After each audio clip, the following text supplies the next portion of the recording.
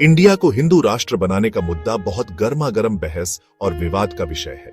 ये idea India की पहचान की जड़ से जुड़ा है, जिसमें धर्म, राजनीति और समाज सब मिक्स हैं। ये देश के सेक्युलर ढांचे को चैलेंज करता है, जो कि कॉन्स्टिट्यूशन में लिखा है। इस बहस को समझने के लिए हमें इतिहास, इसके पक्ष और विपक्ष में दिए गए आर्गुमेंट्स और इसके पॉसिबल रिजल्ट्स को देखना होगा। हिंदू राष्ट्र का विचार आजादी की लड़ाई के दौरान पॉपुलर हुआ। कुछ ग्रुप्स का मानना था कि इंडिया की पहचान हिंदू मेजॉरिटी पर आधारित होनी चाहिए। ये आइडिया समय समय पर फिर से उभरता रहा है और इसके साथ ही लीगल और सोशल चेंजेस की मांग भी होती रही है। ये बहस सिर्फ किताबी नहीं है, इसका इंडिया के सामाजिक हार्मनी, राजनीतिक हालात और इंटरनेशनल इमेज पर असली असर पड़ेगा। इंडिया के फाउंडर्स ने एक सेक्युलर देश का सपना देखा था, जहां सभी धर्मों को इक्वल राइट्स और प्रोटेक्शन मिले। ये प्रिंसिपल हमारे कॉन्स्टिट्यूशन में लिखा है, जो सभी सिटीजन्स को धर्म की आजादी देता है। इंडिया में सेक्युलरिज्म सिर्फ टॉलरेंस से बढ़कर है। ये अलग अलग धर्मों के रिस्पेक्ट और एक्सेप्टेंस को बढ़ावा देता है। कॉन्स्टिट्यूशन साफ साफ धर्म के आधार पर भेदभाव को मना करता है। ये इंश्योर करता है कि गवर्नमेंट किसी एक धर्म को फायदा न पहुंचाए या किसी सिटीजन पर रिलीजियस प्रैक्टिसेस न थोपे। धर्म और सरकार का अलग होना इंडिया के सेक्युलर कैरेक्टर के लिए बेसिक है। ये मिनॉरिटीज के राइट्स की रक्षा करता है और एक प्लूरलिस्टिक सोसाइटी को इंकरेज करता है। हिंदू राष्ट्र की डिमांड इस बिलीफ से आती है कि इंडिया की कल्चरल और हिस्टोरिकल आइडेंटिटी मेनली हिंदू है। सपोर्टर्स का कहना है कि क्योंकि हिंदूज मेजॉरिटी में हैं, इसलिए उनके वैल्यूज और ट्रेडिशंस देश के कैरेक्टर को शेप देना चाहिए। राष्ट्रीय स्वयंसेवक संघ (आरएसएस) जैसे ऑर्गेनाइजेशंस इस आइडियोलॉजी के खुलकर सपोर्टर्स रहे हैं। 1925 में बने आरएसएस हिंदू कल्चरल रिवाइवल की बात करता है और हिंदूज को एक पॉलिटिकल फोर्स के रूप में ऑर्गेनाइज करना चाहता है। उनका मानना है कि इंडिया के एंशिएंट हिंदू हेरिटेज को वापस उसकी पुरानी ग्लोरी मिलनी चाहिए। लेकिन हिंदू राष्ट्र का यह विजन इंडिया में रिलीजियस माइनॉरिटीज के राइट्स और फ्रीडम्स के बारे में चिंता पैदा करता है। इंडिया को हिंदू राष्ट्र में बदलने के रास्ते में बड़े लीगल और कॉन्स्टिट्यूशनल ऑब्स्टिकल्स हैं। कॉन्स्टिट्यूशन, जैसा कि अभी है, एक सेक्युलर और प्लूरलिस्टिक इंडिया की गारंटी देता है। इसे एक धर्म को दूसरे पर प्रेफरेंस देने के लिए चेंज करना एक कॉम्प्लेक्स और पॉलिटिकली चार्ज्ड प्रोसेस होगा।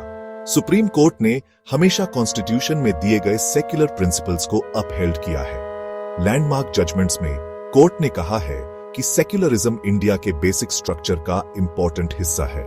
इस प्रिंसिपल को कमजोर करने की कोई भी कोशिश जुडिशियल स्क्रूटनी का सामना करेगी। सेक्शन 5, इंडिया की रंगोली विविधता से बुनी हुई। इंडिया की स्ट्रेंथ उसकी रिच कल्चरल और रिलीजियस डाइवर्सिटी में है। सदियों से अलग अलग धर्मों, भाषाओं और एथनिसिटीज के लोग इस सबकॉन्टिनेंट में साथ रहते आए हैं। इस डाइवर्सिटी ने इंडिया के हेरिटेज को रिच बनाया है और उसकी यूनिक आइडेंटिटी में कंट्रीब्यूट किया है। इस डाइवर्सिटी को पहचानना और रिस्पेक्ट करना सोशल हार्मनी और नेशनल यूनिटी बनाए रखने के लिए जरूरी है। इंडिया जैसे डाइवर्स देश पर एक single religious identity थोपना social divisions पैदा कर सकता है और देश के बेसिक फैब्रिक को कमजोर कर सकता है।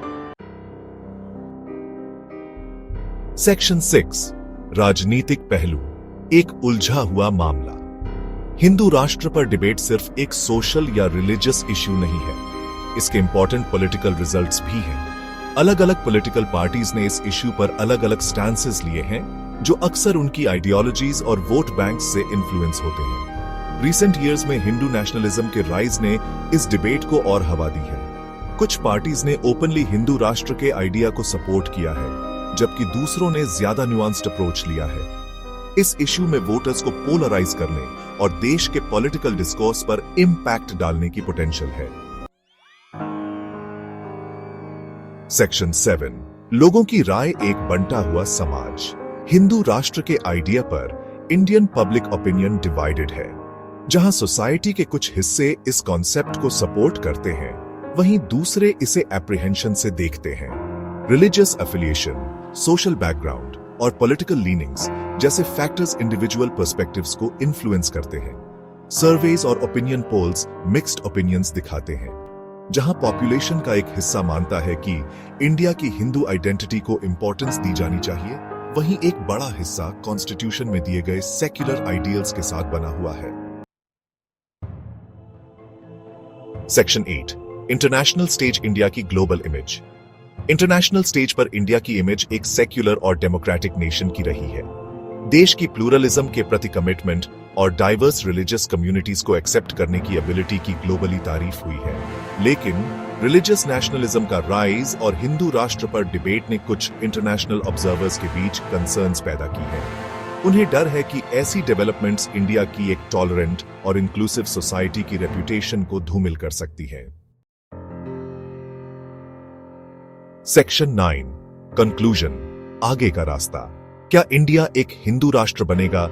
ये अभी भी डिबेट का विषय है। इसका आंसर लीगल, पॉलिटिकल, सोशल और कल्चरल फैक्टर्स के कॉम्प्लेक्स इंटरप्ले में छुपा है। इस रास्ते पर चलने के लिए सेंसिटिविटी, डायलॉग और डेमोक्रेसी और प्लूरलिज्म के प्रिंसिपल्स को अपहोल्ड करने की कमिटमेंट जरूरी है। इंडिया की स्ट्रेंथ उसकी यूनिटी इन डाइवर्सिटी में है। इस यूनिटी को बनाए रखने के लिए सभी सिटीजन्स के राइट्स का रिस्पेक्ट करना जरूरी है, चाहे उनका रिलीजियस बिलीफ कुछ भी हो। आगे का रास्ता डायलॉग को बढ़ावा देना, टॉलरेंस को प्रमोट करना और कॉन्स्टिट्यूशन के सेक्युलर और इंक्लूसिव इंडिया के विजन को अपहोल्ड करना है।